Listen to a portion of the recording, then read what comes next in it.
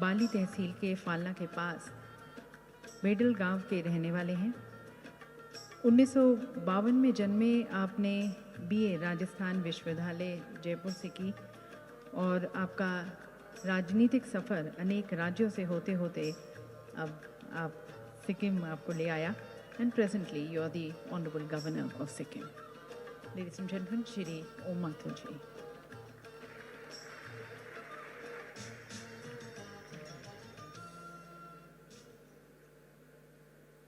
इस प्रवासी राजस्थान सम्मेलन में उपस्थित राजस्थान के महामहिम आदरणीय हरिभाई वागड़े जी, मेरे भाई और जिनकी कल आदरणीय प्रधानमंत्री जी ने इतनी प्रशंसा की, मैं सिक्किम में बैठा बैठा उनका भाषण सुन रहा था और मुझे लगा जैसा मैंने सोचा उससे कई अधिक परिश्रम करने वाले हमारे राजस्थान के यशस्वी मुख्यमंत्री भाई भजन लाल जी,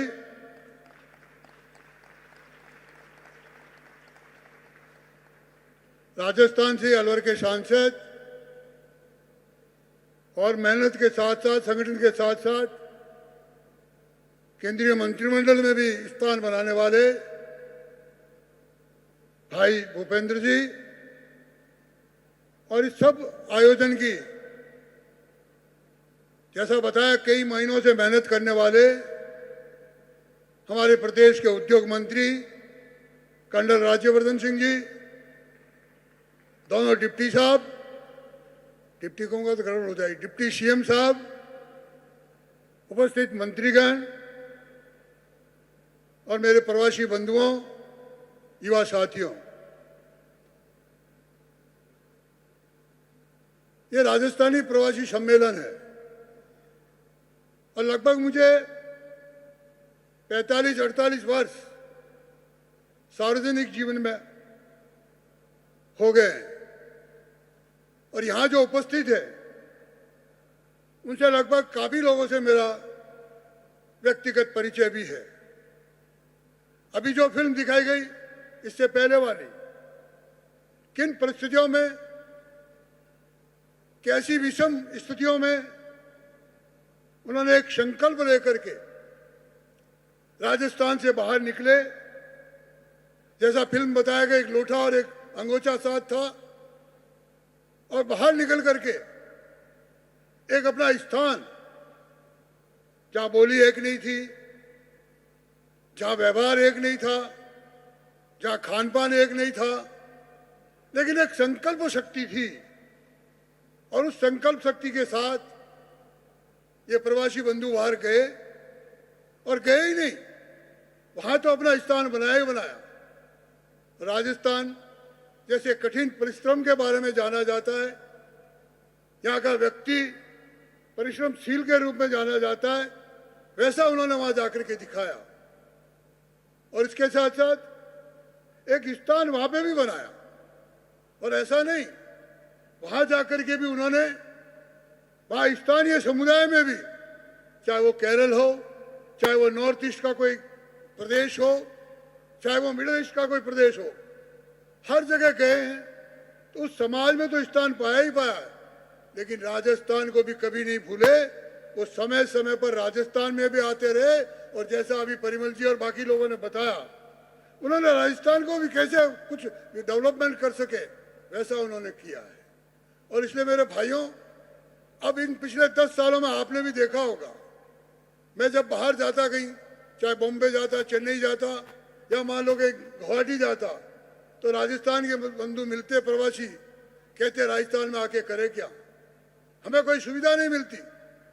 लेकिन मेरे भाइयों, मेरे युवा साथियों, अब देश बदल रहा है। इन 10 सालों में परिस्थितियां बदली है।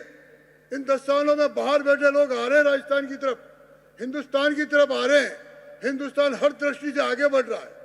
आज से अगर 20 साल 25 साल पहले अपन देखते तो राजस्थान या हिंदुस्तान में एक कल्पना थी विदेशों में कि हिंदुस्तान एक पिछड़ा देश है, हिंदुस्तान एक गरीबों का देश है, हिंदुस्तान एक अनपढ़ों का देश है, लेकिन 10 सालों में परिस्थितियां बदली है। आज हम पूरे दुनिया का नेतृत्व करने के लिए आगे बढ़ते हैं। कई बार पहले जब हम जैसे बालक थे, जब सोचते थे कि हमारे बड़े बुजुर्ग हमें कहते थे कि भारत विश्व गुरु था, भारत सोने की चिड़िया थी, लेकिन जब हमने देखा हमारे सामने तो ऐसा दिख नहीं रहा था।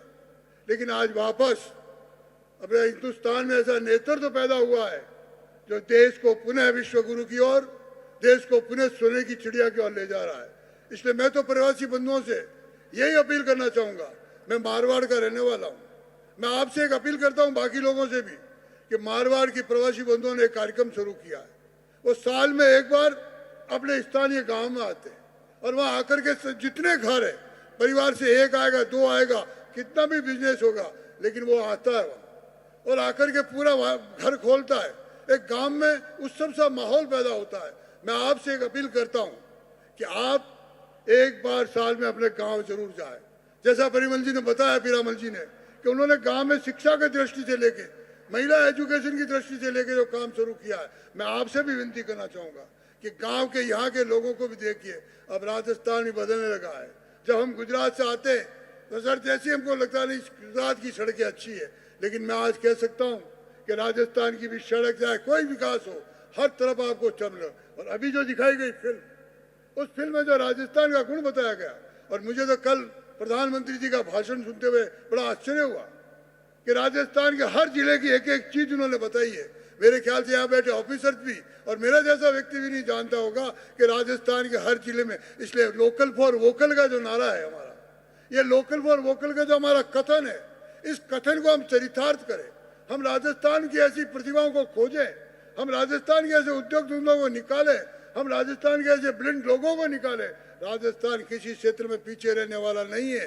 आप कल्पना करिए, पिलानी में इतने वर्षों पहले जो पिलानी इंस्टीट्यूट बना, उसमें से कितने विद्वान लोग निकले हैं।